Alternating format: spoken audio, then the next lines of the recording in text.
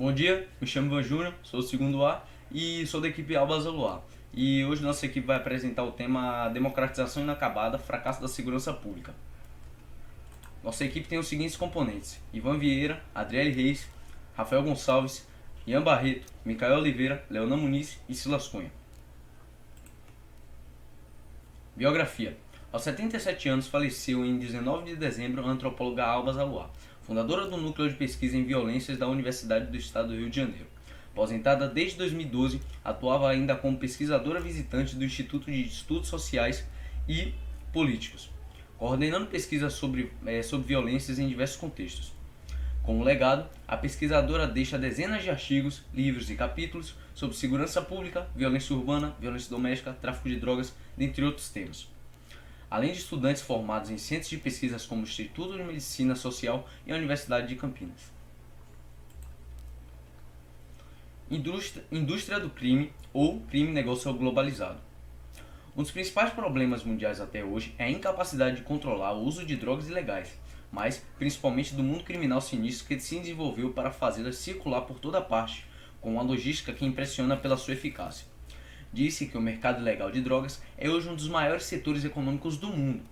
Todavia, é apenas uma parte do sistema do funcionamento do crime-negócio, mais ou menos organizado, que funciona em diversos setores, utilizando redes e mecanismos similares para parecer operações limpas e legais.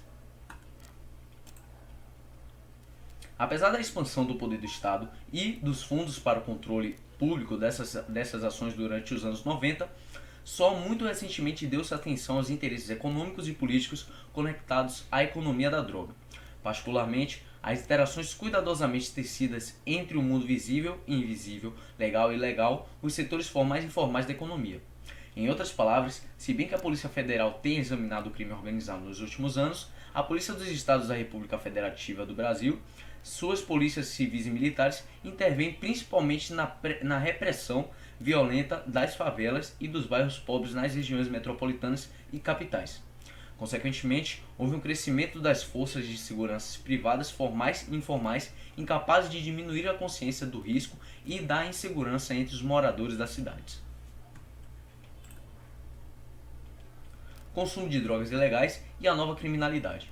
A demanda por drogas seria decorrente de mudanças nos estilos de vida, que, por sua vez, teriam modificado o consumo de estilo, que é muito mais caro do que o consumo familiar. Ou seja, as despesas familiares relacionadas aos modelos seguros das famílias de trabalhadores e classe média. O comércio de drogas pode ser considerado o setor ilegal da distribuição de bens e serviços do que denominou consumo maciço de estilo. Isso favoreceu igualmente o aumento impressionante verificado em certos crimes contra a propriedade, furtos e roubos, e contra a vida, agressões e homicídios. A sociedade do pós-guerra sofreu um processo acelerado de transformações econômicas, políticas e culturais. E essas transformações se traduziram na fragmentação social e na importância crescente dada às atividades de lazer e de consumo como meio de definir novas identidades sociais, em particular a dos jovens. Em termos de controle social, tais mudanças indicam que as restrições morais convencionais que existem sem a lei enfraqueceram e que o controle vem muito mais das funções policiais de vigiar e aplicar a lei.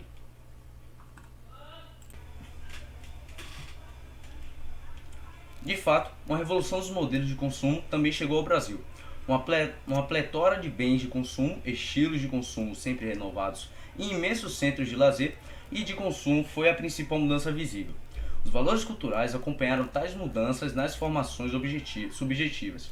Valores individualistas e mercantis selvagens se disseminaram durante os anos 70 e 80, traduzidos pelas expressões corriqueiras fazer dinheiro fácil e tirar vantagem de tudo, ou seja, a sociedade brasileira, pode-se dizer, foi colonizada pelo mercado que passou a carecer dos limites morais, usualmente fornecidos pelo social. Como uma atividade ilegal e invisível, que favorece isso, o comércio de drogas faz parte desse novo ambiente social, econômico e cultural. Violência privada e secular no Brasil. Sem dúvida, há conexão entre a presente violência urbana e o passado de violência predominantemente rural no Brasil, mas será possível explicar a onda atual de violência como um simples efeito de camadas geológicas da violência costumeira no Brasil rural, como em todo o país? Há aqui uma história de longa duração de violência inconstitucional. E, no caso brasileiro, sobretudo, a violência privada, mas não de violência política, como em outros países que vivem guerras civis entre partidos políticos e grupos étnicos raciais.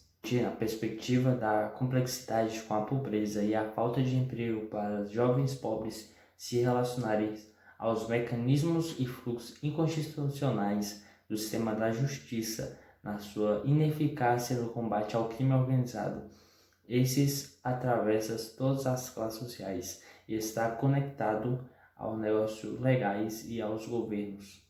Além disso, a urbanização muito rápida não permite que as práticas sociais urbanas de tolerância e civilidade sejam difundidas entre os novos habitantes da cidade, nem os valores morais tradicionais sejam interiorizados do mesmo modo pelas novas gerações da cidade. Assim, muitos homens jovens e pobres se tornam vulneráveis à atração do crime, negócio por causa da crise em suas famílias. Muitos desses incapazes de lidar com os conflitos surgindo da vida urbana, mas multi-eficalidade e imprescindível, vulnerável também por causa do abismo entre adultos e jovens. Aos postos de trabalho insuficientes, tornam violentos em razão da falta de socialização na civilidade e na arte da negociação próprias do mundo urbano, cosmopolita, mas diversificada em menos segmentos em grupos fechados, para parentesco ou local. Sem dúvida, há conexões entre a presente violência predominante rural no Brasil. Nas localidades onde imperavam chefes locais, os juízes então não tinham autonomia e as suas decisões usualmente beneficiavam os poderosos, cujos crimes ficavam impunes. Os policiais também foram formados para satisfazer os proprietários de terra e a eles submeterem-se, reprimindo somente os pobres, os negros e os indígenas. Em consequência, fenômenos como no cangaço, homens armados se explicam pela insatisfação moral com um funcionamento injusto das instituições brasileiras. Esses homens acompanharam, de modo destacado, a independência, as lutas de família resultantes da briga pelo poder local, ou seja, pelo controle das terras, das riquezas e das instituições.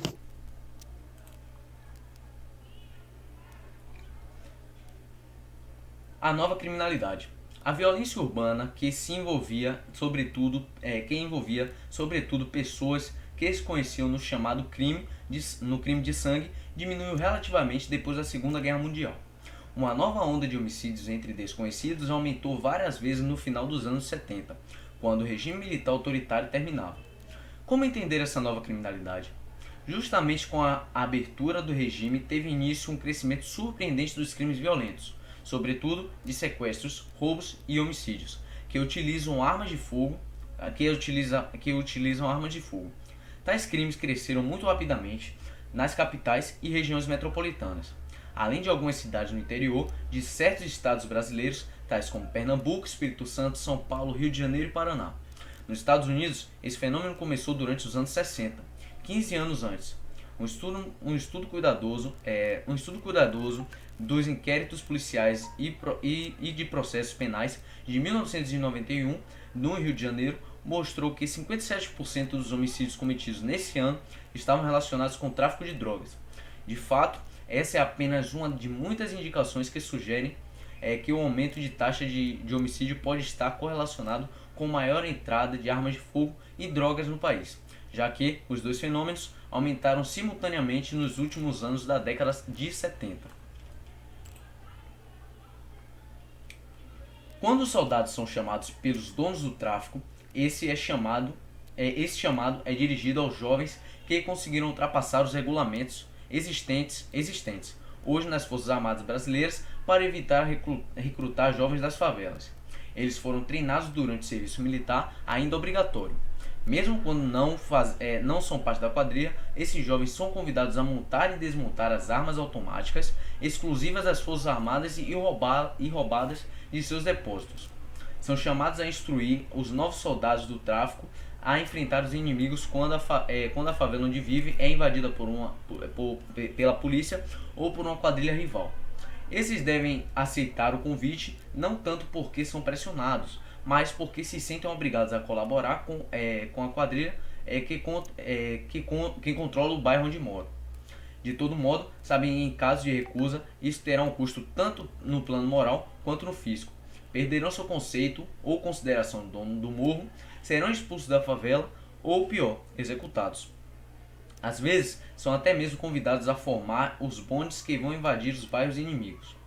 Em razão de tais trocas, os adolescentes morrem não apenas nas guerras pelo controle dos pontos comerciais, mas igualmente pelos motivos que ameaçam os status ou a empáfia de jovens ensaiando afirmar sua virilidade, o sujeito homem, do qual o orgulho de ser homem não se origina na gentileza e de outras disposições civilizadas, mas da capacidade de disposição de destruir o adversário.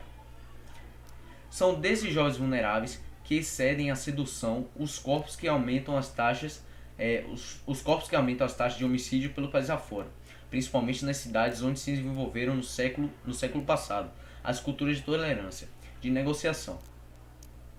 A apresentação de 10 fuzis e uma pistola que haviam sido roubados no estabelecimento central dos transportes em São Cristóvão, no Rio de Janeiro, por um bando armado, estudos avançados, não era isso. Tá. Nota, essa é uma das principais razões pelas quais não há um grande número de domicílios com armas de fogo até hoje. 7,5% em Belo Horizonte, 4,5% no Rio de Janeiro, 2,5% em São Paulo. Portanto, mais um indicador de que meios da violência armada estão em poucas mãos, mas seus efeitos atingem muitas pessoas.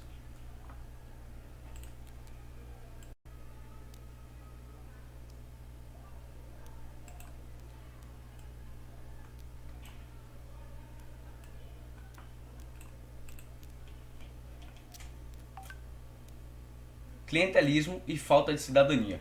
Após a deteriorização do poder pessoal do coronel, uma nova clientela se impôs, organizada pelos partidos políticos, usando os benefícios obtidos junto ao governo, ou seja, com o dinheiro dos impostos.